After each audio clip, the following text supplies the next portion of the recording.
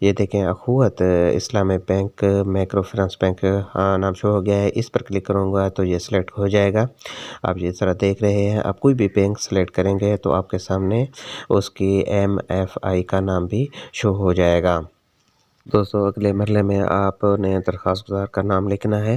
یاد رکھیں یہاں پر اسپیشل کریکٹر اور نمبر بالکل ہی نہیں دینے، یہاں پر الاؤڈ نہیں ہے، تو یہ نمبر آپ نے نہیں دینے، اور نام بھی صحیح طریقے سے آپ نے پٹ کرنا ہے۔ آپ نے یہاں پر وہی نام پٹ کرنا ہے جو آپ کے شناختی کارڈ کے اوپر ہے۔ اس کے علاوہ اگر آپ کوئی اور نام دیں گے تو آپ کی درخواست ناقابل قبول ہوگی، تو کوشش کیا کریں صحیح نام دیا کریں تاکہ آگے مسائل پیدا نہ ہوں۔ تو یہاں آپ نے بہت احتیاط کے ساتھ اپنا نام دینا ہے۔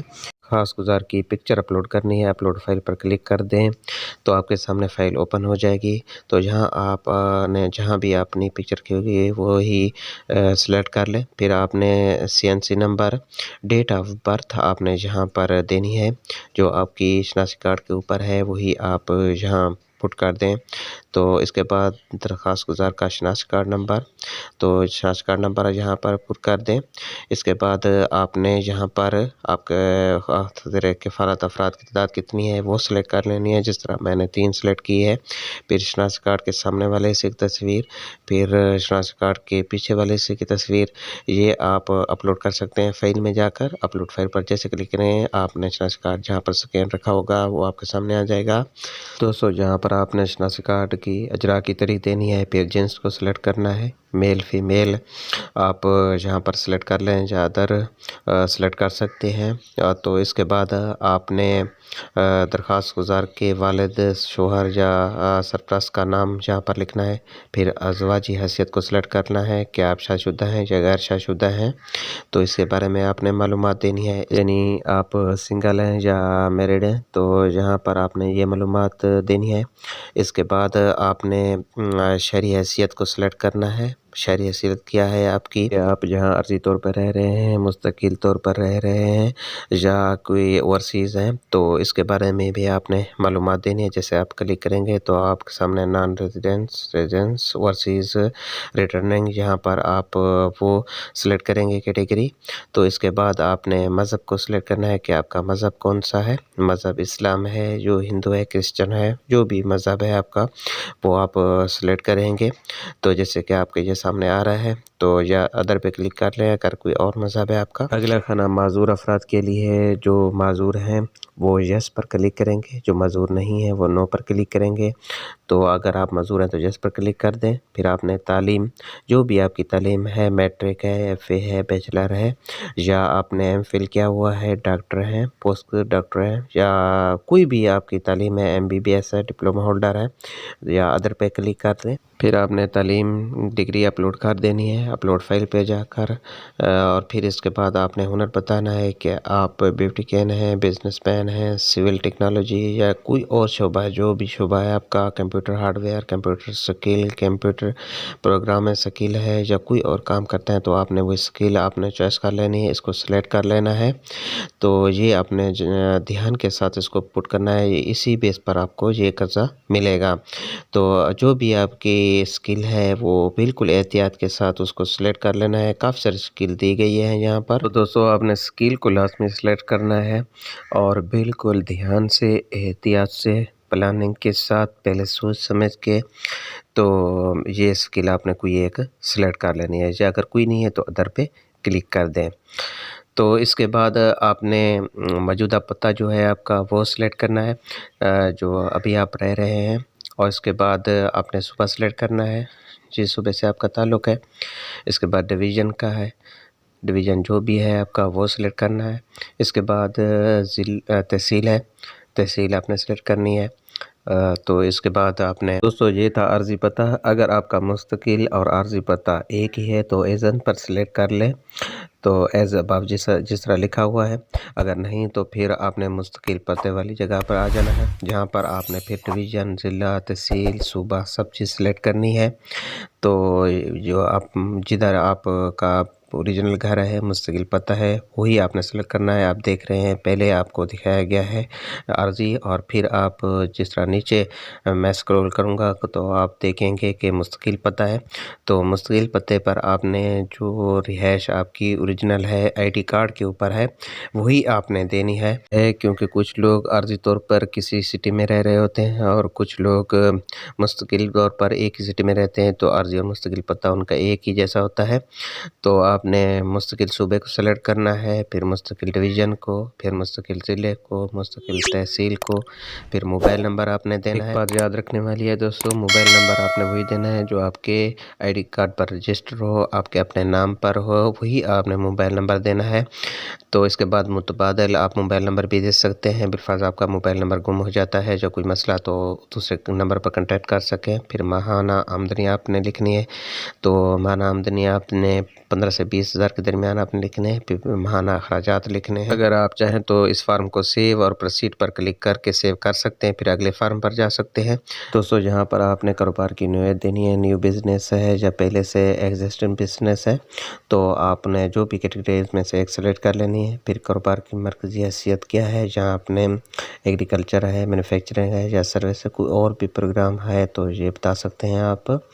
تو اس کے بعد کاروبار کا شعبہ کیا ہے، تو یہاں پر آپ شعبہ جگہ پر کلک کر کے شعبہ سلیکٹ کر سکتے ہیں۔ نیچے دیکھ رہے ہیں کہ ذیلی شعبہ لکھا ہوا ہے، جہاں پر آپ ذیلی شعبے جگہ پر کلک کریں گے تو کوئی ذیلی شعبہ آپ سلیکٹ کر سکتے ہیں، کوئی ویلیو آپ یہاں پر دے سکتے ہیں۔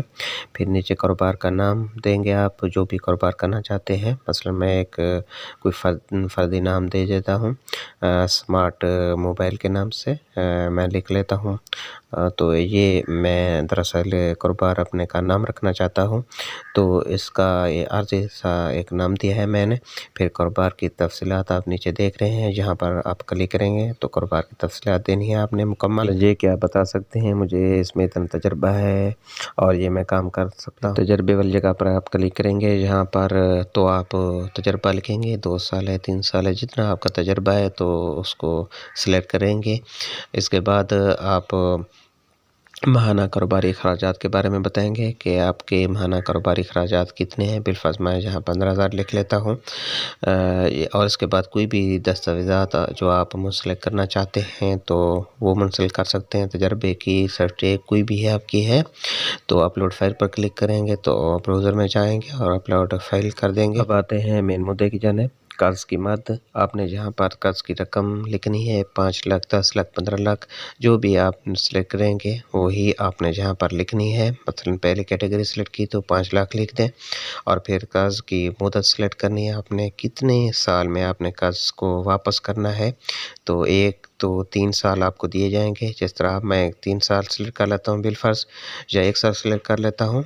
تو فنانس کی تفصیلات یہ ان لوگوں کے لیے ہے جنہوں نے کسی بینک سے قرضہ لیا ہوا ہے، تو وہ سہولت جو حاصل کی ہے انہوں نے بینک سے، تو اس کی سہولت کی قسم کو سلیکٹ کریں گے، اور پھر بینک کا نام، جو بھی بینک ہے، مثلا جس بینک سے اس نے قرضہ لیا ہے اس کا نام سلیکٹ کریں گے۔ پھر منظور شدہ حد روپے کتنے انہوں نے لیے تھے، اور پھر کتنے روپے انہیں واپس دینے ہیں، بقیہ رقم آپ نے لکھنی ہے۔ اور پھر ماہانہ اقساط ہے، اگر قسطوں کی صورت میں اگر آپ ان کو واپس کرتے ہیں تو وہ آپ نے سلیکٹ کر لینی ہے۔